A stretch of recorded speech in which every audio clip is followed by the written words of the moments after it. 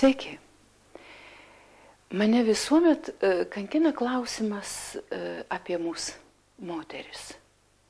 Ir pirmiausiai, kadagi moteris būna laiminga? Gal tuomet, kai sutinka žmogų asmenybę, su kuriuo gali bendrauti, kalbėti ir netgi tylėti.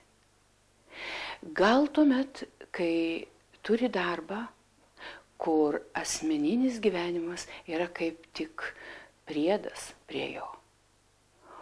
O gal tuomet, kai meilė, dvasinės vertybės ir darbas sukuria bendrą visumą. Štai šiuo smalsumu vedama aš ir apsilankiau Miglės Holiday gražiuose namuose. Ir visiškai netrukus mes su ją apie tai ir kalbėsimės. Tai kodėl jūs, Miglė, gyvenat Kartenoj? Ne Kartenoj, Klaipėdos rajonas, Lapių kaimas. O kodėl, va, bet Lapės. Ne Lapės, Lapiai. Lapiai. O kodėl? Žinot, to pavadinimo kilmės nežinau tikrai. Ne? Taip, ir niekas aplinkui nežino. Niekas nežino. Tai viskas, reiškia, reikia sužinoti. Teisingai. Nes čia jūs sakėt... Piliakalnis. Apie tą Piliakalnį tai jau bandėm daug kur sužinoti, bet Piliakalnis yra netyrinėtas visiškai. Todėl irgi jokių tokių duomenų nėra apie jį. Buvom net ir Vilniui nuvažiavę į Paminklosaugos institutą, ten domėjomės ir čia Klaipėdoj. Bet kadangi netyrinėtas, tai taip ir nėra tos informacijos. O sakykit, ar buvo kokia motyvacija, kodėl jūs pasirinkote įsigyti savo būstą štai šitą vienkiemį? Buvo viskas paprastai, mes pažįstam Karčiauskus. Jūs pro jų sodybą pravažiavot. Mes lankydavomės jų pėdoje ir jisai jau seniai čia buvo pradėjęs statyti tą savo namą. Ir sako, atvažiuokit kada nors, pasižiūrėsit, kaip tas namas statomas, ir mes atvažiavom. O Deividas, kaip dauguma anglų, yra dideli kaimo mėgėjai. Ir sako, oi, kaip čia gražu, oi, kaip čia gera. Ai, sako, žinau, kad čia viena tokia moteris ruošiasi parduoti. O, kaip paprasta. Tai mes gal po kokios kitos, ar po dar 2 savaičių atvažiavom čia. Ir atvažiavom, jų namas dar buvo visiškai nebaigtas ir einam va tuo taku, einam ir nežinom, kuri čia ta sodyba bus. Prieinam šitą, aš galvoju, negali būti čia per daug idiliškas vaizdas. Bet iš tikrųjų tai buvo ta sodyba. Ir Petronėlė, aišku, Petronėlė Mažeikienė to sodybos savininkė, čia jau buvo pasilikusi viena, vyras buvo miręs, vaikai išvažiavę. Jinai irgi nenorėjo tos sodybos parduoti. Aišku, jinai visiškai taip tos pirkėjus iš karto nelabai jau draugiškai sutiko. Ir aš nesuprantu, galvoju, nori parduoti, o taip nelabai kaip draugiškai kalba. O paskui aš supratau, nes visas darbas, vis tiek jinai laikė gyvulius, kaip visi lietuviai. Ir karvę, ir kiaulių dar turėjo. Ir vaikai turėdavo atvažiuoti ir jai pagelbėti. O jie jau nebenorėjo to daryti. Tai va, bet žodžiu, taip mes iš jos ir nusipirkom tą namą. Ir paskui visus metus remontavom, restauravom. Iš pradžių čia didelės diskusijas vyko, ar tą namą remontuoti. Nes ten visi statybininkai sako, yra paprasčiau nugriauti negu remontuoti. Bet man, kaip tikrai lietuviai, visko griauti gaila. Tai mes galvojom palikti tą ir statyti kitą va čia, va, ant to plyno lauko, kur mes praėjom. Bet paskui sakom, ta vieta vis tiek geresnė ir vis tiek sugalvojom, kad reikia atstatyti kažką taip iš to seno. Nors iš jo dabar praktiškai likę yra tik 30%, nes viduj pasirodo visi namas maždaug 22 metų statybos. Tie rastai jau buvo supuvę daugumą iš jų. Tai ir tos rastus keitė, ir pamatus dėjo, nes be pamatų tais laikais tokia mada buvo statyti. Och, tai jūs iš tikrųjų namą pakėlėt kaip ir iš naujo. Taip. Tai dabar, Miglė, bet jūs esate miestietė. Ir kaip jūs, čia yra iš tikrųjų vienkiemis. Mes jau važiuodami matėm, kad tai gali būti labai sunku, kada slidu, kada žiema, o jūs kasdien turite būti Klaipėdoje darbe, sakykime. Tai kaip jūs gyvenat, kaip jūs jaučiatės čia? Viskas susiklostė taip. Iš pradžių aš tikrai negalvojau, kad čia mes visą laiką gyvensim, nes mes turim būti dar Klaipėdoj. Ir galvoju, viešpatie, dėti tokius didelius pinigus, nes čia praktiškai naujas namas išėjo. Galvoju, ir savaitgaliais atvažiuoti. Jo. O Deividas sako, aš visada žinojau, kad mes čia gyvensim. Ir paskui Deividas jau išėjo į pensiją, kai mes pradėjom čia gyventi iš tos savo diplomatinės tarnybos. Aš važinėdavau iš pradžių. Porą dienų Klaipėdoje miegodavau, porą dienų čia. Bet šiaip tai jau aš nesu labai patyrus vairuotoja. Man tas kelias ir tada buvo sudėtingas. Ir dabar visą laiką dar labiau darosi sudėtingesnis. Nu kaip, ne visą laiką, bet aš jaučiuosi dažnai to kelio įkaitė. Aha, jis jūs laiko su savotiška vidinė kažkokiu nerimu. Taip, kadangi aš nežinau, kas bus. O Deividas, žinoma, čia kiekvieną dieną džiaugiasi. Šansų, kad mes 100% persikelsim į Klaipėdą nėra. Bet aš galvoju, kad aš irgi vis tiek dabar vėl grįšiu prie to savo senos tvarkos. Kokiai porai dienų naktų pasilikti turėsiu Klaipėdą. Nes man fiziškai kartais per sunku. Vis tik atstumas yra.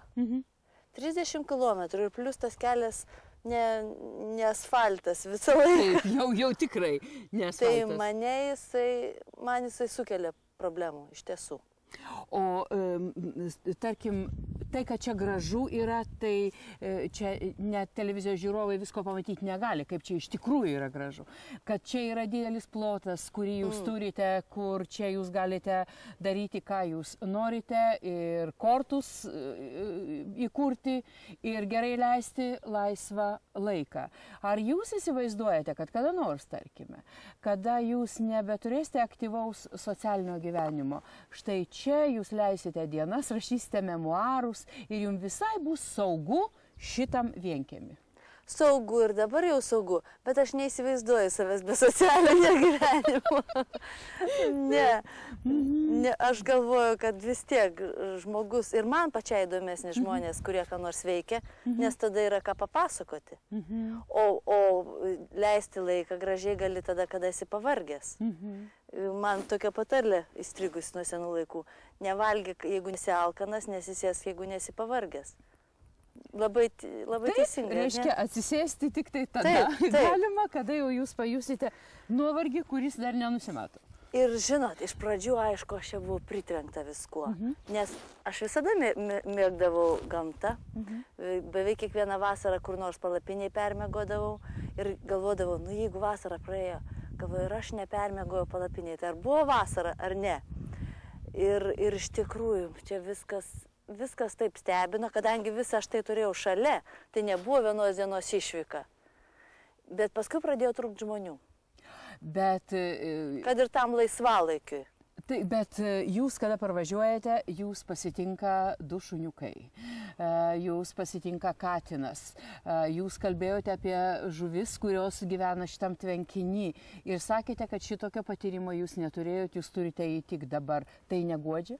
Labai įdomu, bet žinot, viskam yra savo laikas, savo vieta, aš ir nebenorėčiau vien tik Klaipėdoje gyventi, turbūt jokių būdų, ne. Bet Deividas mažiau nori laiko praleisti Klaipėdoje, o aš daugiau. Bet tai nekliudo jums? Kartais ir kliudo, bet bandom ieškoti kompromisą, aš jį daugiau spaudžiu. Taip. Kad jisai atvyktų į Klaipėdą. Taip. Bet sakykit, o jis anglas ir jūs sakėte, kad anglai mėgsta kaimą ir mėgsta būtent tokią aplinką. O nėra šiandieninėje Anglijoje, kad šių laikų anglai turėtų ir užmiesčio savo rezidenciją ir kad gyventų jis, sakykime, mieste? Ne, aišku, yra labai ten turtingų, bet šiaip jeigu jau jie turi kaime, tai jie ir važinėja iš to kaimo dirbti į miestą. Ir pavyzdžiui, aš čia va jums skundžiuosi tuo keliu, jiem tai nebūtų problema. Jie tą valandą ar 40 minučių priima kaip savaime suprantamą dalyką. O vis tik Klaipėda tai yra Klaipėda ir tie mastai ir atstumai visai kitaip, kitką reiškia, ar ne? Taip. Tai va, toks skirtumas turbūt ir dėl požiūrių tų, o be to sakau, va, aš nežinau, Deividas, jis prie visko prisitaikyti gali. Prie visko. Tai dėl to, kad jam taip, čia gerai, tai vadinasi, sako, jeigu aš turiu ką nors teigiamo, vadinasi, aš turiu susitaikyti su kokiom nors problemom. Tai fantastika, bet ir jūsų namas iš tolo matyti ne tik tai šviečia žiemos sodas. Čia Lietuvos kaime kažkaip nelabai pamatysi. Vienkiemis ir turi žiemos sodą. Tai čia jūsų idėja ar angliška Deivido? Mes apie tą žiemos sodą galvojom nuo pat pradžių, bet aišku, viskas kainuoja pinigus ir tik buvom padarę duris va iš namo, kad jeigu kada nors mes sugalvosim tą žiemos sodą daryti, kad būtų jau duris. Na ir paskui jau praėjo kokie 3-4 metai po to, kai mes pabaigėm remontus ir tada jau priejo laikas žiemos sodai. Nežinot, yra vis tiek pastatom kokias nors gėlės vazonuose lauke. Paskui jų visų sunešti į kambarį nebeišeina, tiesiog nėra vietos. Tai va taip viskas ir vyksta. Aš labai noriu, kad jūs pakviestumėt mūsų į žiemos sodą. Su mielu noru. Tai ir eina.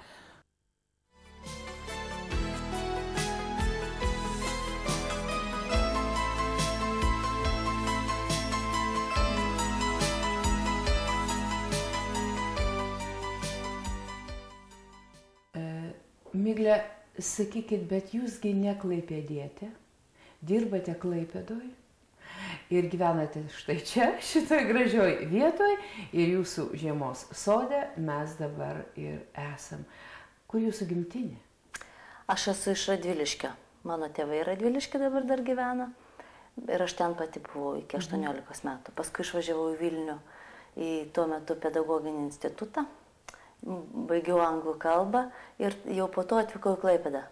Ir visą laiką nuo to Klaipėdą gyvenu. Tai labai man smalsu, kaip aš iš tikrųjų labai myliu šitą savo miestą ir man labai smalsu, ką jūs jam jaučiate po Radviliškio, kuris toks plynam lauke, ar ne? Geležinkelis, stotis ir toks savotiškai pilkas po Vilniaus, tokio dinamiško ir spalvingo miesto ir Klaipėdą. Radviliški dar gyvena ir mano tėvai, ir giminės visi artimi, bet aš galiu vis tiek pasakyti, kad aš tai jo nemėgu. Labai norėjau įstoti, taip norėjau, kad tik išvažiuoti iš Radviliškio. Ir tikrai nėra ten jokių gražių vietų, bet mokykloje man ten buvo labai gera, labai linksma, aš labai džiaugiausi tuo momentu. O paskui Vilnių tai labai mylėjau. Ir kai atvažiavau, atvirai pasakius, jau seniai, kai atvažiavau į Klaipėdą, kai atvažiavau į Klaipėdą, man tada buvo blogai.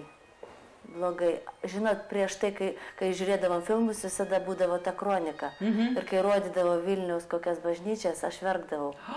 Taip, taip. Ir tada Klaipėda buvo tikrai prasta. Tas buvo seniai labai prieš Jėzų, vos ne prieš 30 metų, ne prieš karą.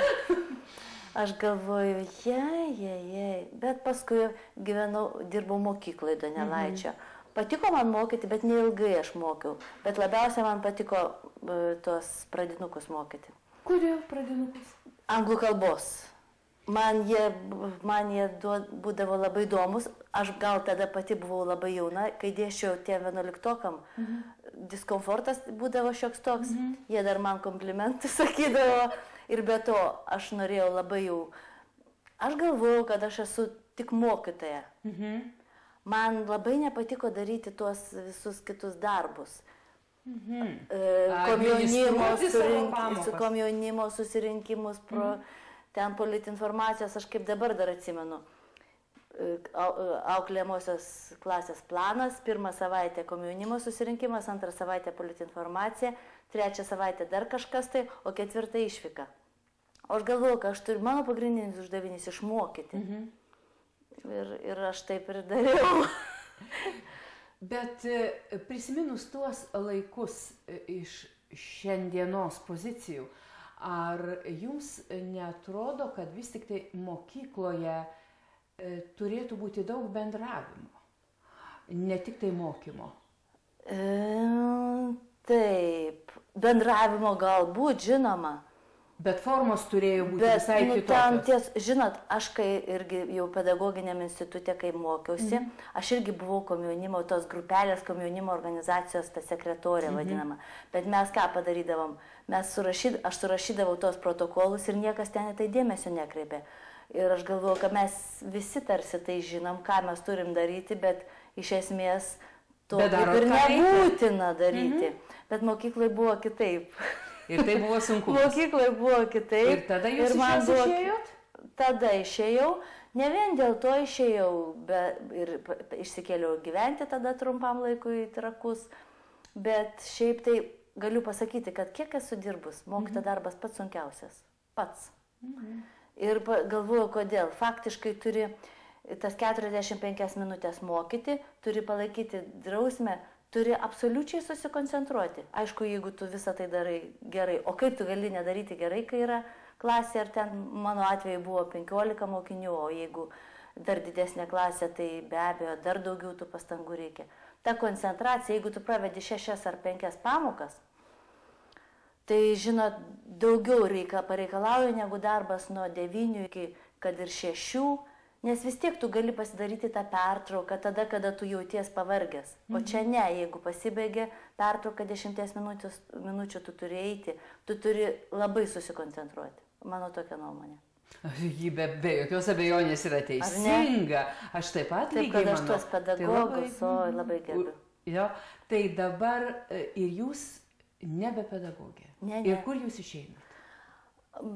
Dirbau ir vienur, ir kitur, paskui jau paskutiniais tais tarybiniais metais tai ilgą laiką dirbau ekskursijų biure, o dabar irgi turiu turistinę firmą, po to jau nuo 92 metų. Tai dabar turistinė firma yra jūsų? Taip. Miglės Holiday. Ne vienos, mano ir mano kolegės Janinos Žiliuvienės. Dabar, Miglė, visuomet, kai aš perskaitydavau kur nors jūsų pavardę ir žinojau, kad jūs, reiškia, toj rekreaciniai sferoj, atostogos. Ar aš teisingai suprantu jūsų pavardę, kurią išversti, jeigu paraidžiui galima versti kažkaip su žodžiu atostogos? Taip. Tik atostogos angliškai rašoma su viena L, o mano pavardė su dviem. Tai aš todėl taip nedrąsiai klausiau, ar aš gerai, reiškia, suprantu. Tai jūsų pavardė atėjo į jūsų dabartinę veiklą, ar jinai kaip koks likimas? Nes iš tikrųjų tai jūs žmonių atostogoms siūlote savo paslaugas.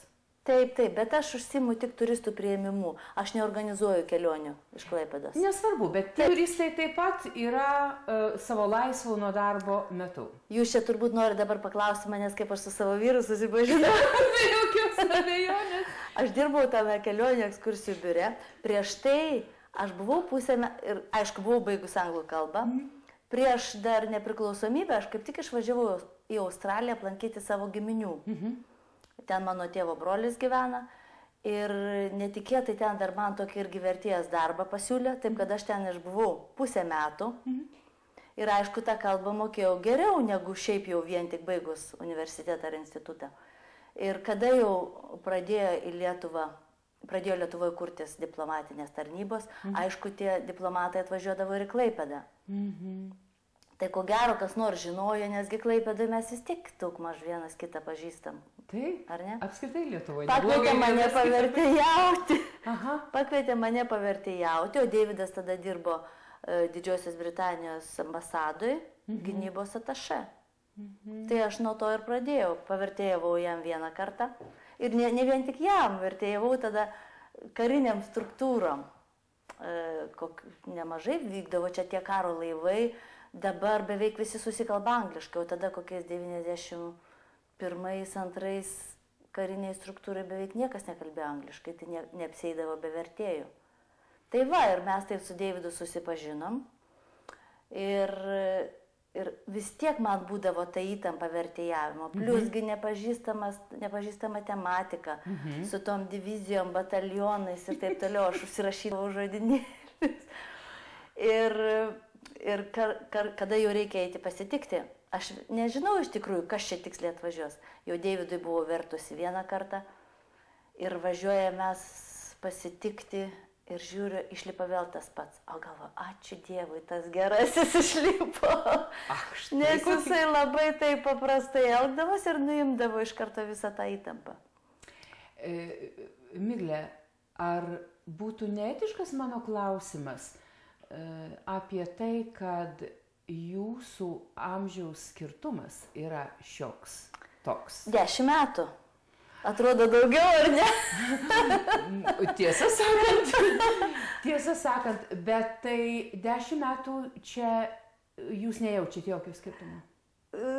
Aš nežinau, galbūt dėl to, kad jis daugiau nori kaime sėdėti, o mane į miestą traukia. Galbūt dėl to aš jam kaip bandau įtikinėti, kad Deividai, aš negaliu tokio gyvenimo, man reikia biški daugiau ir to ir žmonių. Tai jis dabar jau gal atkreips dėmesį, bet vieną kartą taip kažkam jisai sako, aš galvoju, angliškai sako, aš galvoju, kad tas, kas nenori gyventi Lapiuose, iš viso gyventi nenori. Tai man pasidarė silpna. Aš sakau, Deividai, nu tu ką, juokauji. Tada man pasidarė aišku jo tas prisirišimas prie tos vietos. Bet aš galvoju, kad yra pasaulyje ir daug ir gražių rūmų, ir gražių namų, ir gražių šalių, bet jeigu tu visą laiką vienoje toje gražioje vietoje būni, tai vis tiek... Kaip skaniausias pyragas apkarsta. Taip. O jam ne. Tai va, gal tame ir pasireiškia amžiaus skirtumas. Bet, o gal čia pasireiškia kaip tik tai kažkokie tai, tautiniai bruožai. Pavyzdžiui, mes apie anglus galbūt turim iškreiptą požiūrį. Kažkada tai man būnant Anglijoje aš sutikau iš Klaipėdos moterį, kuri nutekėjusi ten jau tuo metu buvo 25 metus išgyvenus. Ir kai mano viešnagės pabaigoje mes susitikom, jis sako, tu tikriausiai taip ir nesupratai, kas yra anglai.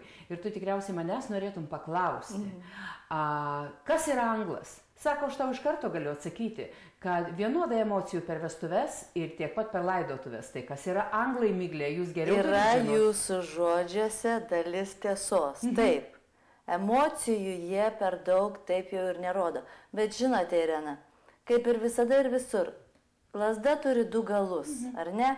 Mes, aišku, kada esam tokie daug emocingesni ir kalbam ir ginčijamės, visada ginčijam, prieštaraujam, žiūrėkit mūsų televizijos laidos, vien tik priešpriešą. Taip. Jie to nedaro ir aš, pavyzdžiui, visada galvoju, aš noriu iš Deivido mokytis, susilaikyti, neįsikišti ir tą savo nuomonę pasilaikyti. Jų dauguma yra tokių.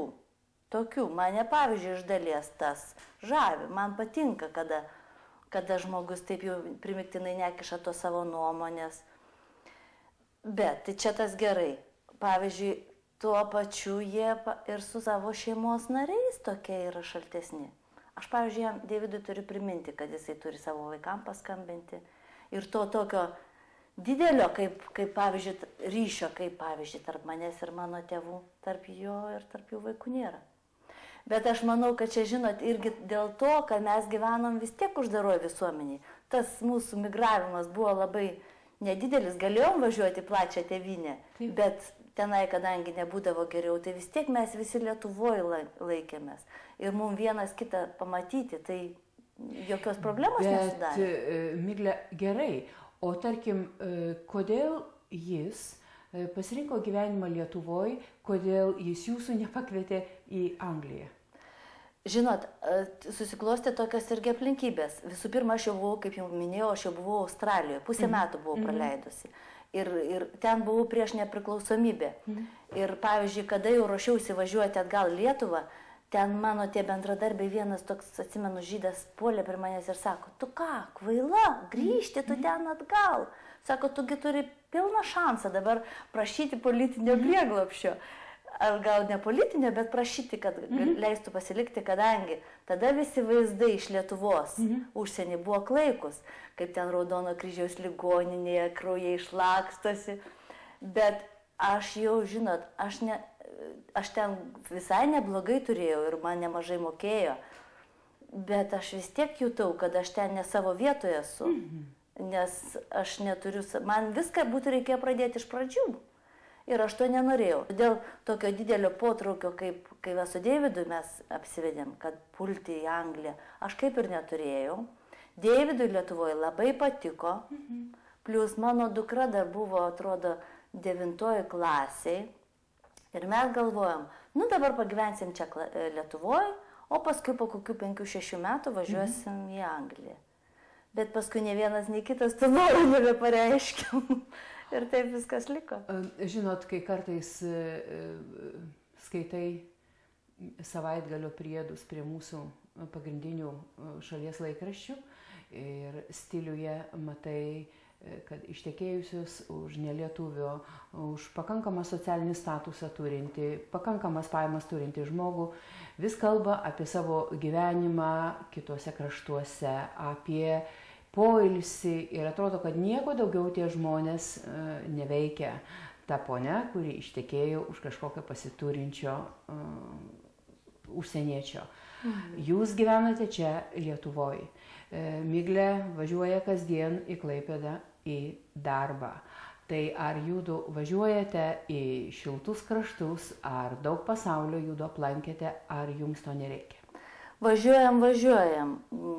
Ne tiek daug, kiek aš norėčiau, bet kartais irgi va, tai, nenorim mes važiuoti, ir be to aš tai negaliu vasarą išvažiuoti, kadangi pats pagrindinis mano darbas vasarą, tai mes galvojam, kad Klaipėdoje ir va čia kaime būsime vasarą, o šiaip jau važiuosime. Deividas man visada pažada, kad mes 2 kartus važiuosime, bet kartą tai neįvyko. Iki šiol aš vis rinkdavausi kokias nors egzotiškesnės šalis. Pavyzdžiui, buvom prieš keletą metų Indijoje, buvom Tunise, nes aš galvoju, nu ką, aš ten gulėti, pleže nelabai noriu ir vis atseit norisi tų tokių įspūdžių.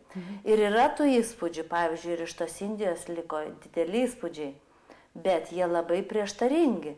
Ir aš galvoju, ar aš noriu savo atostogų metu matyti to, ko aš iš tikrųjų nenoriu matyti. Tai pereitą rudenį mes buvom Austrijoje. Tai jau arčiau.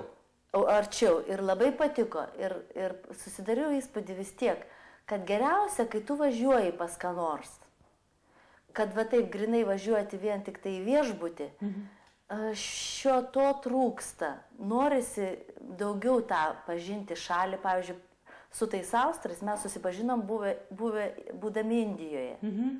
Paprasčiausiai buvom viename viešbutyje, porą kartų pavakarieniavom ir jie paskui atvirlaiškose rašydavo, nu atvažiuokit pas mus į Austriją, nu atvažiuokit. Galvoju, iš pradžių maniau, kad čia tiesiog tik toks mandagumo kvietimas, ar ne?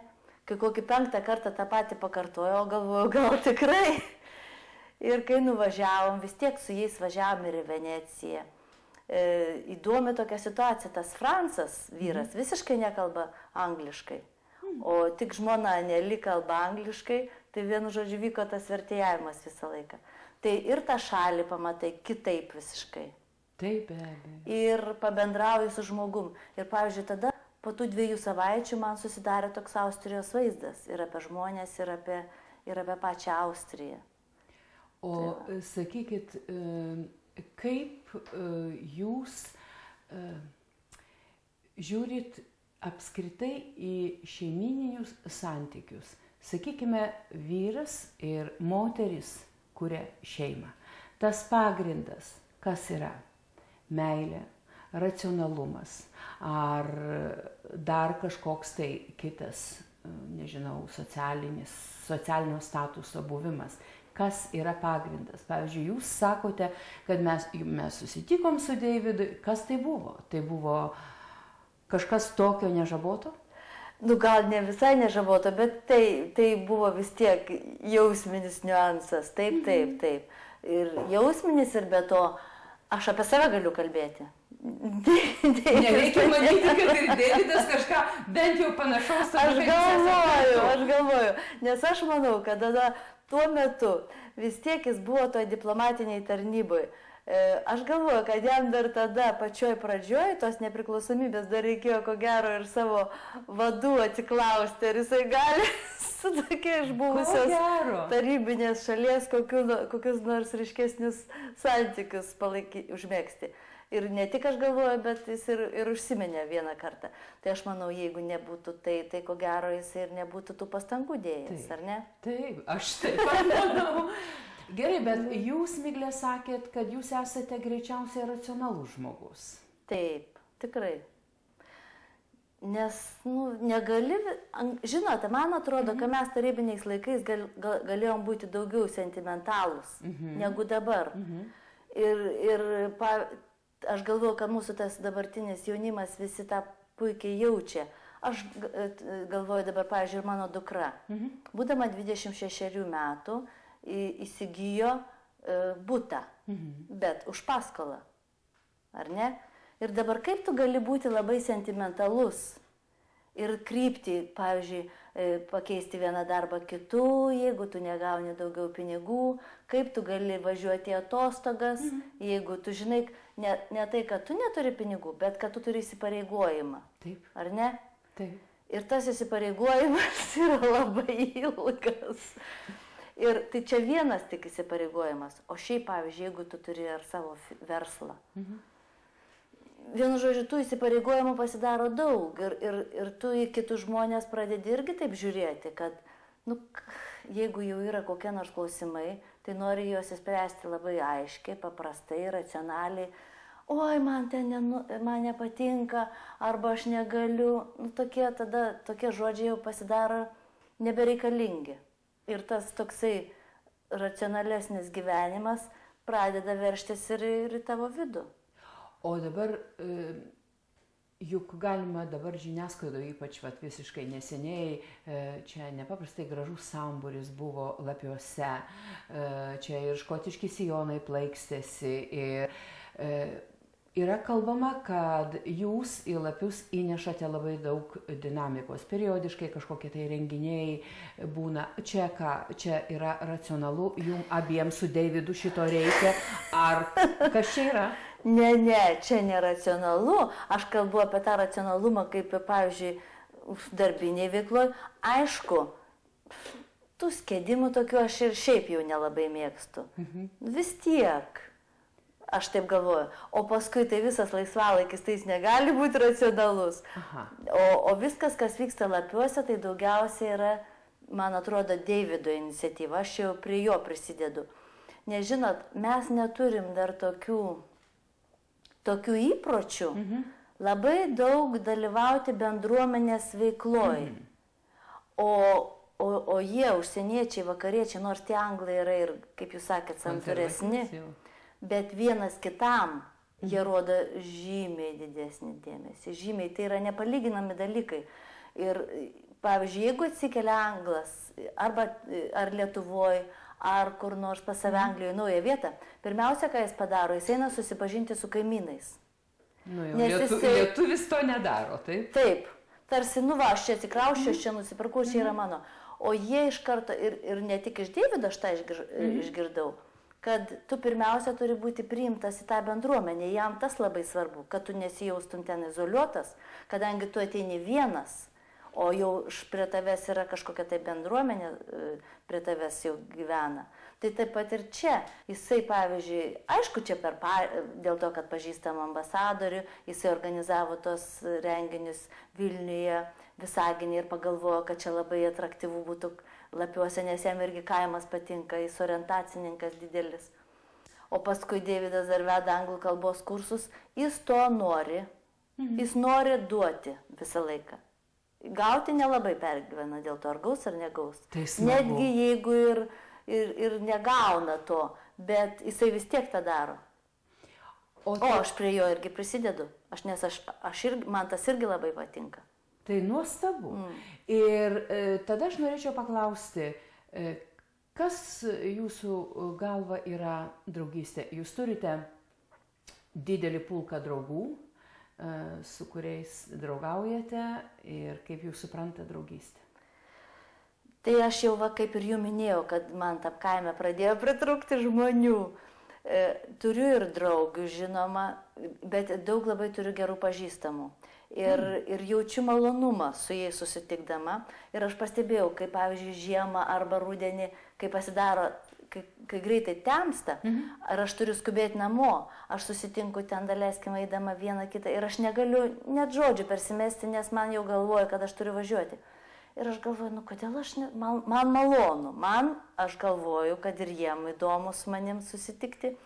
Tai aš galvoju, vadinasi, aš tą turiu daugiau daryti. Ir man tie žmonės pradeda daugiau reikšti, negu kad anksčiau reikšdavo. Tai, ką jūs, nes aš pastebėjau, mums kalbant, ne dabar, truputėlį anksčiau, aš pastebėjau, kad jūs atsargiai tarėte žodį draugas, draugė. Ir todėl man buvo labai smalsu sužinoti jūsų nuomonę, kodėl. Tai yra geri pažįstami, kurie jums yra labai artimi. Taip.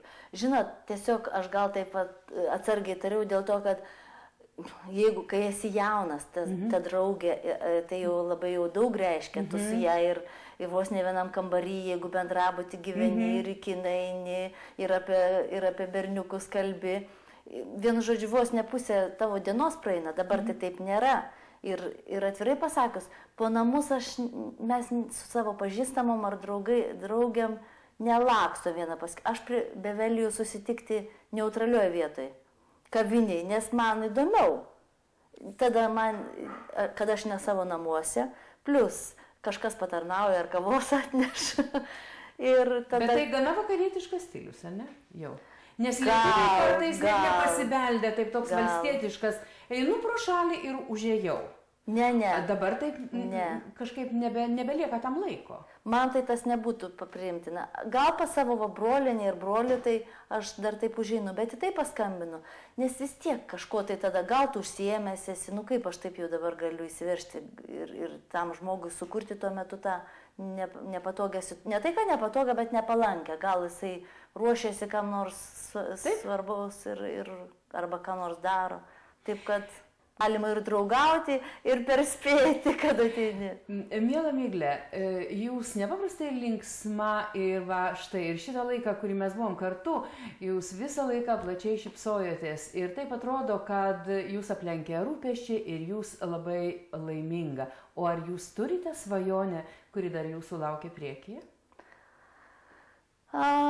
Svajonė. Žinot, tokių jau, kad, pavyzdžiui, ką nors pasiekti ar ko, jau turbūt ne. Turėčiau, bet dabar norėčiau dar kokią kalbą vieną mokėti. Visada labai, pavyzdžiui, vokiečių nelabai moku, tik šiek tiek. Jaučiu diskomfortą, o kadangi tai yra artimiausi mūsų kaimynai. Kada sėdi ir nieko nesupranti, nieko. Bet nebeišmoksiu iki tokio lygio, kad ją galėčiau kalbėti. Gerai, noriu pakeliauti daugiau, norėčiau ir daugiau dar noriu dar įdomiai padirbti. Noriu veiklos, noriu kontaktuoti su savo kolegom, kadangi pats kai vienas esi, arba kad ir dviese, labai sunku išsiveršti iš to rato, galvoja kartais, o kada su kolegom pasitari, pavyzdžiui, kad ir turiu tokią firma Realita, mano geri kolegos, iš karto ta visuma tokia pasimato, dėl turizmo šiuo atveju kalbu. Ir aš norėčiau, kad tą mūsų Klaipėdą pritrauktumėm daugiau turistų. Noriu. Ir ne dėl to, kad aš pati aišku, dėl to, kad toje firmoje dirbau turizmo, bet iš dalies, kad kažkas pasikeistų į teigiamą pusę. Man tas duotų malonumą.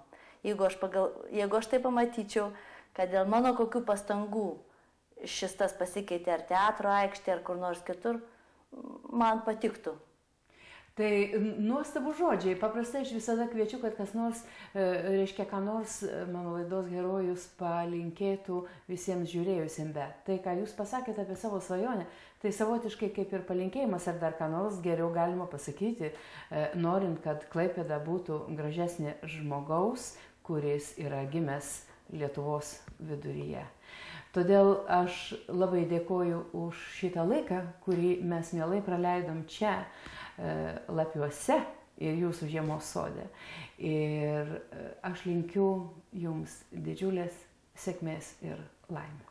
Ačiū. Aš galvoju, galbūt šiek tiek bus ir kitiem įdomu, ko aš labai abejoju iš pradžių prieš su jumis susitinkant. Aš sakau, nu ką tie žmonės iš manęs gali išgirsti. Yra ir aktorių, yra ir žymių gydytojų, o šiaip jau aš nesu tokia žymi visuomenės veikėja. Ne todėl, jūs tiesiog esate didelė optimistė ir turite svajonių, tai yra nuostabu. Ačiū.